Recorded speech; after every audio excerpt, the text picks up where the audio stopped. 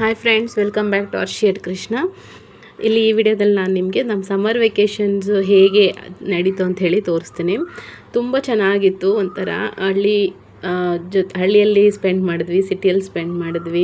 Andhra, Karnataka, Tamil Nadu 3 ಸ್ಟೇಟ್ನ cover ಮಾಡಿದ್ವಿ. Actually plan ಏನಿರಲಿಲ್ಲ, ಅದು ಇನ್ಸ್ಟೆಂಟಾಗಿ ಹಂಗೆ ಪ್ಲ್ಯಾನ್ ಮಾಡ್ಕೊಂಡು ಹೊರಟ್ವಿ. ತುಂಬ ಚೆನ್ನಾಗಿತ್ತು. ಸೊ ನಾನು ನಿಮಗೆ ಹೇಗೆ ನಾವು ಸ್ಪೆಂಡ್ ಮಾಡಿದ್ವಿ, ಎಲ್ಲೆಲ್ಲಿ ಹೋಗಿದ್ವಿ ಅನ್ನೋದನ್ನು ನಾನು ನಿಮಗೆ ಹೇಳ್ತಾ ಇದ್ದೀನಿ. ಸೊ ನೀವು ಹಾಗೆ ಎಲ್ಲೇ ಹೋಗಿದ್ರಿ, ಸಮ್ಮರ್ ವೆಕೇಷನ್ಸ್ ನಿಮಗೆ ಹೇಗಿತ್ತು ಅನ್ನೋದನ್ನು ನಂಗೆ ಕಮೆಂಟ್ ಸೆಕ್ಷನಲ್ಲಿ ತಿಳಿಸಿ. ಯಾರಾದರೂ ನನ್ನ ಚಾನಲ್ನ ಹೊಸದಾಗಿ ನೋಡ್ತಾ ಇದ್ದರೆ please subscribe to my channel. Video ಇಷ್ಟ ಆದರೆ ಲೈಕ್ ಮಾಡಿ, ಹಾಗೆ ನಿಮ್ಮ ಫ್ಯಾಮಿಲಿ ಆ್ಯಂಡ್ ಫ್ರೆಂಡ್ಸ್ ಜೊತೆಲಿ ಶೇರ್ ಮಾಡಿ. ಸೊ ನಾವು ಹೇಗೆ ಸ್ಪೆಂಡ್ ಮಾಡಿದ್ವಿ ಅನ್ನೋದನ್ನು ನಾನು ನಿಮಗೆ ತೋರಿಸ್ತಾ ಇದ್ದೀನಿ. ಆ್ಯಕ್ಚುಲಿ ನಾವು ವೈಜಾಗಿಂದ ಬ್ಯಾಂಗ್ಳೂರಿಗೆ ಹೊರಡ್ತಾ ಇದ್ವಿ. ನನ್ನ ಮಗಳು ಎಷ್ಟು ಎಕ್ಸೈಟ್ಮೆಂಟ್ ಆಗಿದ್ಲು ಬ್ಯಾಂಗ್ಳೂರಿಗೆ ಹೋಗೋದಕ್ಕೆ ಅಂದರೆ, ಅವಳಾದರೆ ನೈಟ್ ನಿದ್ದೆ ಮಾಡ್ತಾಯಿಲ್ಲ, ಮಮ್ಮಿ ಯಾವಾಗ ಹೋಗೋದು ಅಂತ. ನಾನು ಅದೊಂದು ವಿಡಿಯೋ ಕ್ಲಿಪ್ ಹಾಕಿದ್ದೇನೆ ನೋಡಿ. ಇಲ್ಲಿ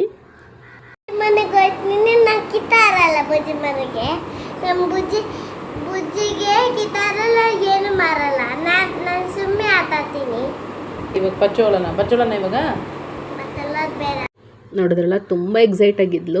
ಸೊ ನಾವಲ್ಲಿ ಹೊರಟ್ವಿ. ಜರ್ನಿ ಒಂದು 20-22 ಅವರ್ಸ್ ಜರ್ನಿ ಆಗುತ್ತೆ ನಮಗೆ ಟ್ರೈನಲ್ಲಿ. ಸೊ ತುಂಬ ಟಯರ್ಡ್ ಆಗಿದ್ವಿ. ಹೋಗಿ ಸ್ವಲ್ಪ ಫ್ರೆಶ್ ಆಗಿ ಮಮ್ಮಿ ದೋಸೆ ಮಾಡಿದರು, ತಿಂದ್ವಿ. ಅಲ್ಲಿ ಮಮ್ಮಿ ಪೂಜೆನೂ ಮಾಡಿದರು ಶನಿವಾರದ್ದು. ತುಂಬ ಚೆನ್ನಾಗಿತ್ತು, ಪೀಸ್ಫುಲ್ ಆಗಿತ್ತು. ಮನೆಗೆ ಹೋದ್ಮೇಲೆ ನೆಕ್ಸ್ಟು ಅಲ್ಲಿಂದ ನಾವು ಆ್ಯಕ್ಚುಲಿ ಮಾಲ್ಗೆ ಹೋದ್ವಿ, ಫೋರಮ್ ಮಾಲ್ಗೆ. ಅಲ್ಲಿ ಮದರ್ಸ್ ಡೇದು ಥೀಮಲ್ಲಿ ಸೆಲೆಬ್ರೇಷನ್ ಆಗ್ತಾಯಿತ್ತು, ಅದು ಕೂಡ ಚೆನ್ನಾಗಿತ್ತು. ಸೊ ಎಲ್ಲರಿಗೂ ಹ್ಯಾಪಿ ಮದರ್ಸ್ ಡೇ. ಸ್ವಲ್ಪ ಲೇಟಾಗಿ ಹೇಳ್ತಾ ಇದ್ದೀನಿ. ಚೆನ್ನಾಗಿತ್ತು ಮದರ್ಸ್ ಡೇದು, ಅದು ಅವರು ಅರೇಂಜ್ ಮಾಡಿದ್ದು ಮಾಲಲ್ಲಿ. ಸೊ ಅದನ್ನು ಒಂದು ಕ್ಲಿಪ್ ತೊಗೊಂಡೆ. ನನ್ನ ಮಗಳಾದರೆ ತುಂಬ ದಿನದಿಂದ ಈಗಲ್ಲಿ ಶಿ ಈಸ್ ವೆಯ್ಟಿಂಗ್ ಫಾರ್ ಬುಜ್ಜಿ ಜೊತೆಲಿ ಆಟ ಆಡಬೇಕು ಅಂತ ತುಂಬ ಕಾಯ್ತಾ ಇದ್ಲು ಅವಳು. ಸೊ ಆ ಟೈಮ್ ಬಂದೇ ಬಿಡ್ತು ಅವಳಿಗೆ. ಮಾಲಕ್ಕೆ ಕರ್ಕೊಂಡೋದ್ವಿ. ನನ್ನ ತಂಗಿ ಮಗಳ ಜೊತೆಲಿ ಆಟ ಆಡ್ತಾಯಿದ್ಲು. ಅವಳೆ ಬುಜ್ಜಿ ಅಂದರೆ ಹೆಸರು ನೀಹಿರಾ, ಸೊ ಬುಜ್ಜಿ ಅಂತ ಕರಿತೀವಿ.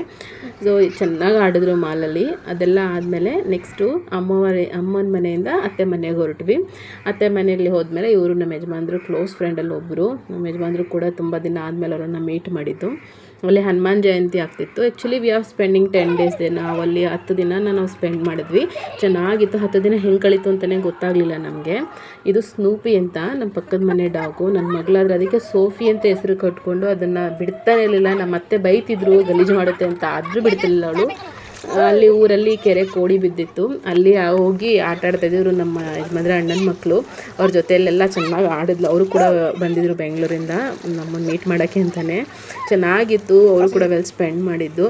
ವೇಲ್ ಹಿಡ್ಕೊಂಡೋಗಿ ಫಿಶ್ ಹಿಡಿತೀನಿ ಅಂತ ಹಿಡಿತಾಯಿದ್ರು ಅವರು. ಒಂಥರ ಮಕ್ಕಳ ಆಟದಲ್ಲೇ ಮಕ್ಕಳಾಟ. ಆಮೇಲೆ ನಮಗೂ ಕೂಡ ಆಡಬೇಕನ್ನಿಸ್ತು. ನಾವು ಕೂಡ ಚೆನ್ನಾಗಿ ಆಡಿದ್ವಿ ಫ್ರೆಂಡ್ಸ್. ನಮ್ಮ ಯಜಮಾನ್ರ ಅಕ್ಕ ಅಣ್ಣ ಎಲ್ಲ ಬಂದಿದ್ದರು ಮನೆಯಲ್ಲಿ. ತುಂಬ ಚೆನ್ನಾಗಿತ್ತು. ಹೋಗಿ ಚೆನ್ನಾಗಿ ಆಡಿದ್ದೀವಿ ನೀರೊಳಗಡೆ ಹೋಗೋವರೆಗೂ ಅಷ್ಟೇ. ಆಮೇಲೆ ಹೋದ್ಮೇಲೆ ಎಷ್ಟೊತ್ತು ಸ್ಪೆಂಡ್ ಮಾಡಿದ್ವಿ ಅಂತಲೇ ಗೊತ್ತಾಗೋದಿಲ್ಲ. ತುಂಬ ಹೊತ್ತು ಸ್ಪೆಂಡ್ ಮಾಡಿದ್ವಿ ನೀರಲ್ಲಿ, ಚೆನ್ನಾಗಿ ಆಡಿದ್ವಿ. ಆದರೆ ನಮ್ಮ ಯಜಮಾನ್ರಿಗೆ ನನ್ನ ಮಗಳು ಹಿಡಿಯೋದೇ ಒಂದು ದೊಡ್ಡ ಟಾಸ್ಕ್ ಆಗಿತ್ತು ನೋಡಿ. ಅಲ್ಲಿ ಎತ್ತೆತ್ತು ಬಿಡ್ತಾ ಇದ್ರೆ ಅವಳು ಆಡ್ತಾನೆ ಇರ್ತಾಳೆ, ಮಾಮೂಲಿ ಆಡ್ತಾ ಇಲ್ಲ ಅವಳಾದರೆ. ಅವಳಿಗೆ ಈ ಥರದ್ದು ಇದು ಫಸ್ಟ್ ಎಕ್ಸ್ಪೀರಿಯನ್ಸ್, ಈ ಥರ ಕೆರೆಯಲ್ಲಿ ಆಟ ಆಡ್ತಾ ಇರೋದು. ಅವಳು ಕೆಳಗಡೆ ಬಿಟ್ಟರೆ ಸಾಕು, ತಲೆ ಕೆಳಗಡೆ ಆಗಿ ಬೀಳ್ತಾಳೆ. ಹೆಂಗೆಂಗೋ ಆಡ್ತಾಳೆ ಅವಳು ಆಡ್ತಾ ಇರೋದನ್ನ ನೋಡ್ತಾ ಇದ್ರೆ ಅವರಿಗೆ ಅದೇ ಒಂದು ದೊಡ್ಡ ಖುಷಿ ಆಗಿಬಿಟ್ಟಿದ್ದಾರೆ. ನಮ್ಮ ಯಜಮಾನ್ರಿಗೆ ಆ ಕೂತಿದ್ದ ಜಾಗದಿಂದ ಕದಲಿಲ್ಲ, ಬರೀ ಅವಳು ಹಿಡಿಯೋದೇ ಅವ್ರಿಗೆ ಒಂದು ದೊಡ್ಡ ಕೆಲಸ. ನಮ್ಮ ಯಜಮಾನ್ರ ಅಣ್ಣನ ಮಗ ಇವನಂತೂ ತುಂಬ ಚೆನ್ನಾಗಿ ಆಟ ಆಡಿಸ್ದ ಮಗಳನ್ನ. ನೆಕ್ಸ್ಟ್ ನಮ್ಮ ಅತ್ತೆ ಜೊತೆಯಲ್ಲಿ ಅವಳು ಆಟ ಆಡ್ತಾ ಇರೋದು. ನಮ್ಮ ಅತ್ತೆ ಯಾವಾಗೂ ಅದನ್ನು ಮಲ್ಲೆ ಹೂನ ತಂದುಕೊಡ್ತಿದ್ರು, ಅದನ್ನು ಕಟ್ಟಿ ಮುಟ್ಕೊಳ್ಳೋದು, ಅದು ಒಂಥರ ಚೆನ್ನಾಗಿರ್ತಿತ್ತು. ಮಕ್ಳು ಜನ ಆಟ ಆಡಿಸ್ತಾಯಿದ್ರು, ಬೈತಾಯಿದ್ರು. ಅದೆಲ್ಲ ಕಾಮನ್ನೇ. ಹಳ್ಳಿಯಲ್ಲಿ ಒಂದು ಮನೆಯಲ್ಲಿ ಅಜ್ಜಿ ತಾತ ಇರ್ತಾರೆ ಅಂದರೆ ಅದು ಒಂಥರ ಚೆನ್ನಾಗಿರುತ್ತೆ ಎಕ್ಸ್ಪೀರಿಯೆನ್ಸ್. ನೀವೆಲ್ಲರೂ ಎಕ್ಸ್ಪೀರಿಯೆನ್ಸ್ ಮಾಡಿರ್ತೀರ. ಸೊ ಅದು ಕೂಡ ಅದೊಂದು ಭಾಗ್ಯ, ಅದನ್ನು ಸ್ಪೆಂಡ್ ಮಾಡೋದು. ಸೊ ನಾವು ಕೂಡ ಅಷ್ಟೇ, ನನ್ನ ಮಗಳಿಗೂ ಅದು ಸಿಕ್ಕಿದೆ. ಹಳ್ಳಿಯಲ್ಲಿ ಮನೆಯಲ್ಲಿ ಚೆನ್ನಾಗಿ ಅವರ ಅಜ್ಜಿ ಜೊತೆಲಿ, ಅವ್ರ ನಾನಮ್ಮ ಜೊತೆಲಿ ಚೆನ್ನಾಗಿ ಆಟ ಆಡಿದ್ಲು. ನೆಕ್ಸ್ಟು ಅಲ್ಲಿ ಶನಿವಾರ ಪೂಜೆ ಎಲ್ಲ ಆದಮೇಲೆ ನಾವು ನರಸಿಂಹಸ್ವಾಮಿ ದೇವಸ್ಥಾನಕ್ಕೆ ಹೋಗಿದ್ವಿ. ಊರ ಹತ್ರನೇ, ತುಂಬ ಪ್ರಶಾಂತವಾಗಿರುತ್ತೆ ಅದು. ಅಲ್ಲಿ ತುಂಬ ಮನಸ್ಸಿಗೆ ನೆಮ್ಮದಿ ಅನ್ನಿಸ್ತು. ಈಗ ಇಷ್ಟೇ ಫ್ರೆಂಡ್ಸ್, ಅಲ್ಲಿಗೆ ನಮಗೆ 9-10 ದಿನ ಹಾಗೆ ಹೋಯಿತು. ನೆಕ್ಸ್ಟು ಬ್ಯಾಂಗ್ಳೂರಿಗೆ ಹೊರಟ್ವಿ. ಯಾಕಂದರೆ ನಮಗಿರೋ ರಜದಲ್ಲಿ ಎಲ್ಲ ಕಡೆಯೂ ನಾವು ಸ್ಪೆಂಡ್ ಮಾಡಬೇಕು. ಹಾಗಾಗಿ ನಮ್ಮ ಯಜಮಾನರು ಡಿವೈಡ್ ಮಾಡಿಬಿಡ್ತಾರೆ, ಇಲ್ಲಿ ಇಷ್ಟು ದಿನ, ಇಲ್ಲಿ ಎಷ್ಟು ದಿನ ಅಂಥೇಳಿ. ಬ್ಯಾಂಗ್ಳೂರಿಗೆ ಹೊರಟ್ವಿ ನಾವು. ಆ್ಯಕ್ಚುಲಿ ನಾವು ಹೊರಟಿದ್ದು ರಾಂಗ್ ಟೈಮು. ಮಳೆ ಹೆಂಗೆ ಹಿಡ್ಕೊಂತು ಅಂದರೆ ಎಷ್ಟೊತ್ತು ಎಲ್ಲೆಲ್ಲಿ ನಿಲ್ಲಿಸಿದ್ರೂ ಕೂಡ ಮಳೆ ಬರ್ತಾನೆ ಇತ್ತು. ಆದರೆ ಮಳೆಯಲ್ಲಿ ನೆನ್ಕೊಂಡೇ ಹೋದ್ವಿ. ನೆಕ್ಸ್ಟ್ ಅಲ್ಲಿ ಒಂದಿನ ರೆಸ್ಟ್ ಮಾಡಿದ್ವಿ. ನೆಕ್ಸ್ಟ್ ತಮಿಳ್ನಾಡು ಕಡೆ ನಮ್ಮದು ಪಯಣ ಆಗ್ತು. ಶ್ರೀರಂಗಂ ದೇವಸ್ಥಾನಕ್ಕೆ ಹೊರಟಿದ್ವಿ. ನಿಮಗೆ ಗೊತ್ತಿರುತ್ತೆ ಶ್ರೀರಂಗಂ ದೇವಸ್ಥಾನ ಇಂಡಿಯಾದಲ್ಲೇ ಇದು ಬಿಗ್ಗೆಸ್ಟ್ ಟೆಂಪಲಲ್ಲಿ ಅದು ಕೂಡ ಒಂದು. ಇವತ್ತಿಗೂ ಕೂಡ ಪೂಜೆ ಆಗ್ತಾ ಇದೆ ಆಗಿನ ಈ ದೇವಸ್ಥಾನದಲ್ಲಿ. ಎಷ್ಟು ಗೋಪುರಗಳಿದೆ ಅನ್ನೋದೇ ಲೆಕ್ಕ ಇಲ್ಲ. ಒಂದು ಊರು ಅಂದರೆ ಒಂದು ಹಳ್ಳಿನೇ ಫುಲ್ಲು ದೇವಸ್ಥಾನ. ಇಲ್ಲಿ ಎಷ್ಟು ದೊಡ್ಡದು ಅಂದರೆ ಎಕ್ಕಡೆಯಿಂದ ನೀವು ಎತ್ತಂಗೆ ನೋಡಿದ್ರೆ ದೇವಸ್ಥಾನನೇ ಕಾಣಿಸುತ್ತೆ. ಸೊ ಅಷ್ಟು ದೊಡ್ಡ ದೇವಸ್ಥಾನ. ಆರ್ಕಿಟೆಕ್ಚರ್ ಆದರೆ ಅಲ್ಲಿ ಮಾಡಿರೋದು ನಿಜವಾಗ್ಲೂ ಫ್ರೆಂಡ್ಸ್ ಒಂಥರ ಬಾಯಿ ಮೇಲೆ ಬೆರಳಿಟ್ಕೊಳ್ಳೋಂಗಾಗುತ್ತೆ. ನಾವು ಇವಾಗೆಲ್ಲ ಎಷ್ಟು ಬಂದರು ಏನು ಬಂದ್ರೂ ಆಗಿನ ಕಾಲದಲ್ಲಿ ಮಾಡಿರೋದನ್ನು ನಾವು ಇವಾಗ ರಿಕ್ರಿಯೇಟ್ ಮಾಡೋದಕ್ಕಾಗಲ್ಲ. ಅಷ್ಟು ಚೆನ್ನಾಗಿತ್ತು. ನೀವು ಒಂದ್ಸಲ ಟೈಮ್ ಇದ್ದರೆ ವಿಸಿಟ್ ಮಾಡಿ. ಬಟ್ ಸಮ್ಮರಲ್ಲಿ ಮಾತ್ರ ಮಾಡಬೇಡಿ ಫ್ರೆಂಡ್ಸ್. ನಾವು ಸಮ್ಮರಲ್ಲಿ ಹೋಗಿ ನಮಗೆ ಎಷ್ಟು ಹಿಂಸೆ ಆಯಿತು ಅಂದರೆ ಅಲ್ಲಿ ಆ್ಯಕ್ಚುಲಿ ಮಹಾವಿಷ್ಣು ಮಲಗಿರೋದು ತುಂಬ ಚೆನ್ನಾಗಿರುತ್ತೆ. ದರ್ಶನ ಮಾತ್ರ ಚೆನ್ನಾಗಾಯಿತು. ನಮಗೆ ಚೆನ್ನಾಗಿತ್ತು. ನಮಗೆ ತುಂಬ ಇಷ್ಟ ಆಯಿತು ದೇವಸ್ಥಾನ. ಅಮ್ಮ ಕೂಡ ತುಂಬ ಇಷ್ಟಪಟ್ಟರು ಅದನ್ನು. ಸೊ ಅಲ್ಲಿ ಹಾಗೆ ನಾವು ಶ್ರೀರಂಗಂದೇ ಸ್ಪೆಂಡ್ ಮಾಡಿದ್ವಿ. ನೆಕ್ಸ್ಟ್ ಅಲ್ಲಿಂದ ಸ್ವಲ್ಪ ಹತ್ರದಲ್ಲೇ ಇರೋ ತಂಜಾವೂರಿಗೆ ಹೋದ್ವಿ. ಅಲ್ಲಿ ತಂಜಾವೂರಲ್ಲಿ ಬೃಹದೀಶ್ವರ ದೇವಸ್ಥಾನ ಇದೆ. ಇದು ರಾಜರಾಜ ಚೋಳ ಅಂದರೆ ಚೋಳರ ಕಾಲದಲ್ಲಿ ಕಟ್ಸಿರೋದು.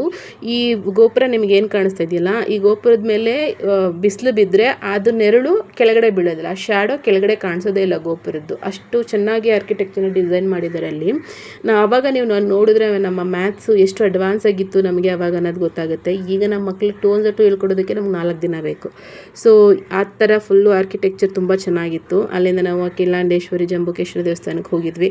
ನೆಕ್ಸ್ಟು ಅರುಣಾಚಲಮ್ಮು. ನಿಮ್ಗೆ ಗೊತ್ತು ಅರುಣಾಚಲಂ ದೇವಸ್ಥಾನ ಎಷ್ಟು ಫೇಮಸ್ ಆಗಿದೆ ಈ ನಡುವೆ ಅಂತ. ಅಗ್ನಿಲಿಂಗ ಇದೆ ಅಲ್ಲೂ ಕೂಡ ಚೆನ್ನಾಗಿ ದರ್ಶನ ಆಯ್ತು ನಮಗೆ. ನೆಕ್ಸ್ಟು ನನ್ನ ಮಗಳಿಗೆ ಮುಡಿ ಕೊಡಬೇಕಿತ್ತು. ತಿರುಪತಿಗೆ ಬಂದ್ವಿ. ಇವಳಿಗೆ 1 ವರ್ಷದಿಂದ ನಾವು ರಿಕ್ವೆಸ್ಟ್ ಮಾಡ್ತಾಯಿದ್ವಿ ಮುಡಿ ಕೊಡೋಣ ಅಂತ. ನಾನು ಕೊಡಲ್ಲ ಅಂತಾಳೆ. ನಾನು ಆ ಕಾರ್ಟೂನೆಲ್ಲ ತೋರಿಸಿ ಹೇಳ್ತಿದ್ದೆ ನಿಮಗೆ ಪಿಂಕ್ ಕಲರ್ ಹೇರ್ ಬರುತ್ತೆ, ಗ್ರೀನ್ ಕಲರ್ ಹೇರ್ ಬರುತ್ತೆ, ಬಿಗ್ ಲಾಂಗ್ ಹೇರ್ ಬರುತ್ತೆ ಕೊಟ್ಟರೆ ಅಂತ. ಏನು ಹೇಳಿದ್ರು ಕೊಡಲ್ಲ ಅಂತ ಹೇಳ್ತಿದ್ಲು. ಬಟ್ ಅಲ್ಲಿ ಬೆಟ್ಟದ ಮೇಲೆ ಹೋದ್ಮೇಲೆ ಅವಳಿಗೆ ಏನಾಯ್ತು ಏನೋ ಗೊತ್ತಿಲ್ಲ. ನಾನು ಕೊಡ್ತೀನಿ ಅಂತ ಹೇಳಿದ್ಲು. ಅವಳು ಪರವಾಗಿ ಅವ್ರ ಅಪ್ಪನಿಗೆ ಕೊಡಿಸ್ದೆ. ಅವ್ರ ಅಪ್ಪನಿಗೆ ಕೊಡಿಸಿದ್ಮೇಲೆ ನಾನು ಕೊಡ್ತೀನಿ ಅಂತ ಹೇಳಿದ್ಲು ಅವಳು. ಸೊ ಆ ಥರ ಚೆನ್ನಾಗಿತ್ತು. ಅಲ್ಲೂ ಕೂಡ ಪಾಪ ವಿನಾಶನ, ಆಕಾಶ ಗಂಗೆ, ಶಿಲಾತೋರಣಮೆಲ್ಲ ಓಡಾಡ್ಕೊಂಡು ಬಂದ್ವಿ. ನಮ್ಮ ನೇವಿ ಫ್ರೆಂಡ್ ಜೊತೆಲಿ ಹೋಗಿದ್ವಿ. ನನಗಷ್ಟಕ್ಕಾಗಲೇ ಹೆಲ್ತ್ ಅಪ್ಸೆಟ್ ಆಗಿತ್ತು.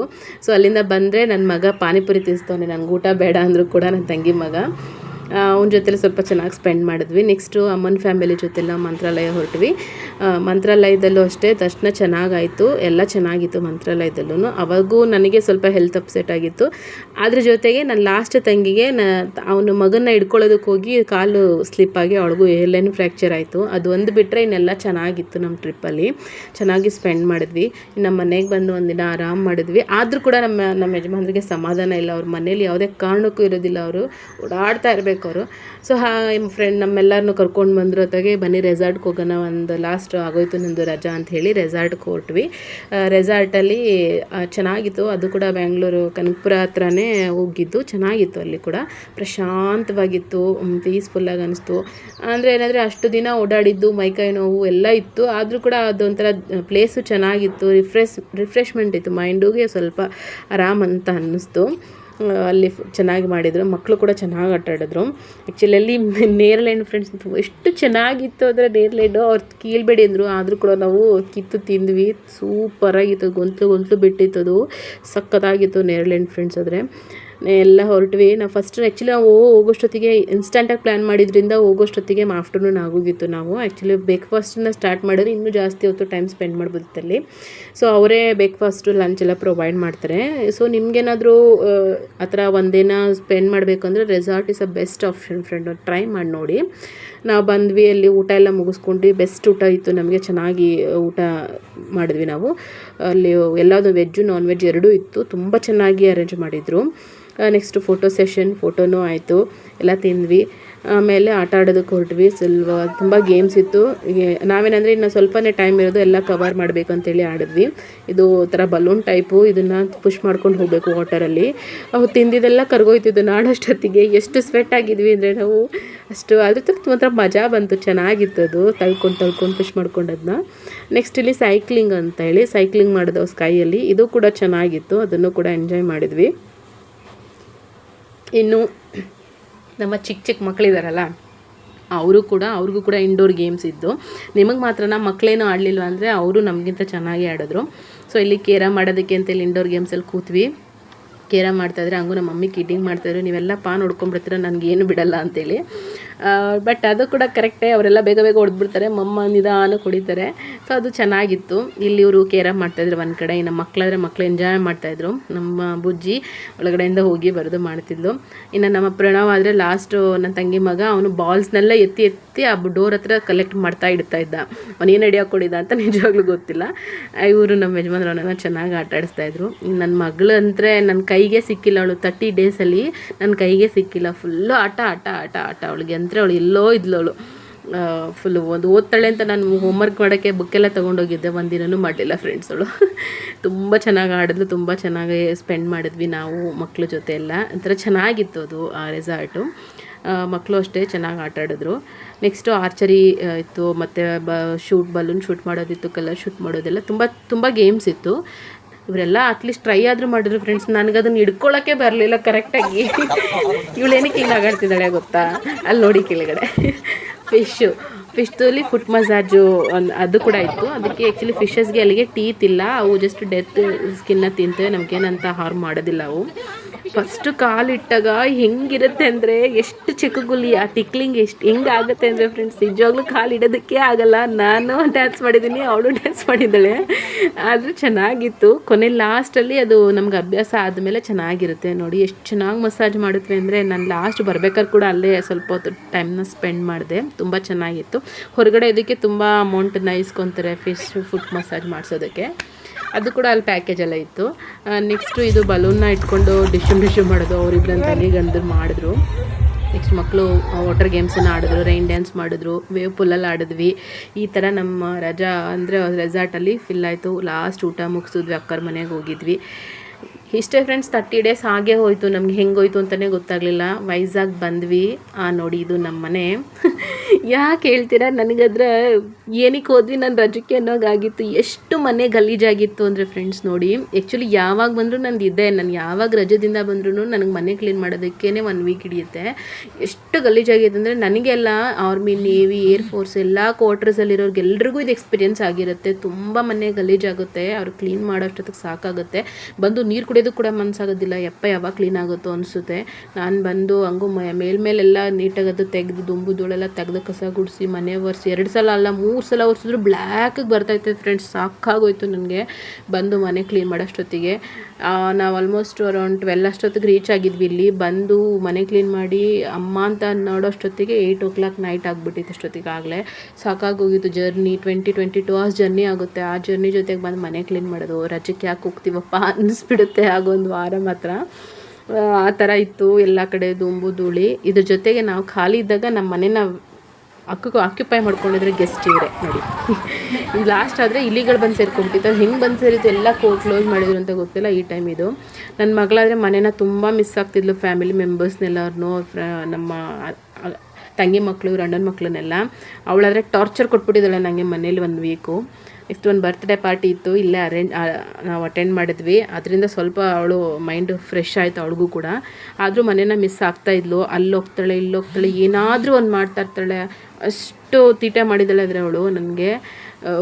ಅವಳಿಗೆ ಮನೆ ಅವಳೇ ಅಲ್ಲ, ನಾನು ಕೂಡ ಮನೇನ ಮಿಸ್ ಆಗ್ತಿದ್ದೀನಿ. ಇವರು 2 days ಇದ್ದು ಡ್ಯೂಟಿಗೆ ಹೊರಟೋದ್ರು. ನಮಗೂ ಕೂಡ ಫ್ಯಾಮಿಲಿ ಮೆಂಬರ್ಸ್ನ ಮಿಸ್ ಆಗ್ತಾಯಿದ್ದೀವಿ, ಎಲ್ಲೋ ಬಂದುಬಿಟ್ಟಿದ್ದೀವಿ ಅನ್ನೋ ಫೀಲಿಂಗ್ ಇತ್ತು. ಅವರಪ್ಪ ಏನೋ ಅಂದರು ಅಂತೇಳಿ ಫ್ರಿಜ್ಜಲ್ಲಿ ಹೊಸ್ಕೊಂಡಿದ್ದಾಳೆ ಫ್ರೆಂಡ್ಸ್ ನೋಡಿ. ಈ ಥರ ಕೆಲಸಗಳೆಲ್ಲ ತುಂಬ ಮಾಡ್ತಾಳೆ. ಇನ್ನೂ ಸ್ಕೂಲ್ ಸ್ಟಾರ್ಟ್ ಆಗಿಲ್ಲ. ಸೊ ಸ್ಕೂಲ್ ಸ್ಟಾರ್ಟ್ ಆಗೋವರೆಗೂ ಸಹಿಸ್ಕೊಳ್ಳೇಬೇಕು ಇವಳ ನಾನು. ಹೀಗೆ ನಾವು ಬೇಸಿಗೆ ರಜೆನ ನಾವು ಚೆನ್ನಾಗಿ ಕಳೆದ್ವಿ. ತುಂಬ ಚೆನ್ನಾಗಿತ್ತು. 1-2 ಇನ್ಸಿಡೆಂಟು ಸ್ವಲ್ಪ ನನಗೆ ಹುಷಾರಿರಲಿಲ್ಲ, ನನ್ನ ತಂಗಿಗೆ ಹುಷಾರಿರಲಿಲ್ಲ, ಅದು ಬಿಟ್ಟರೆ ಇನ್ನೆಲ್ಲ ಚೆನ್ನಾಗಿತ್ತು. ಅತ್ತೆ ಮನೇಲೂ ಚೆನ್ನಾಗಿತ್ತು, ಅಮ್ಮನ ಮನೇಲೂ ಚೆನ್ನಾಗಿತ್ತು. ಸೊ ಹೀಗೆ ರಜೆನ ಡಿವೈಡ್ ಮಾಡ್ಕೊಂಡ್ವಿ. ಈ ವಿಡಿಯೋ ನಿಮ್ಗೆ ಹೇಗಿತ್ತು ಅಂತೇಳಿ ನನಗೆ ಕಮೆಂಟ್ ಸೆಕ್ಷನಲ್ಲಿ ತಿಳಿಸಿ. Thank you for watching friends. Bye bye.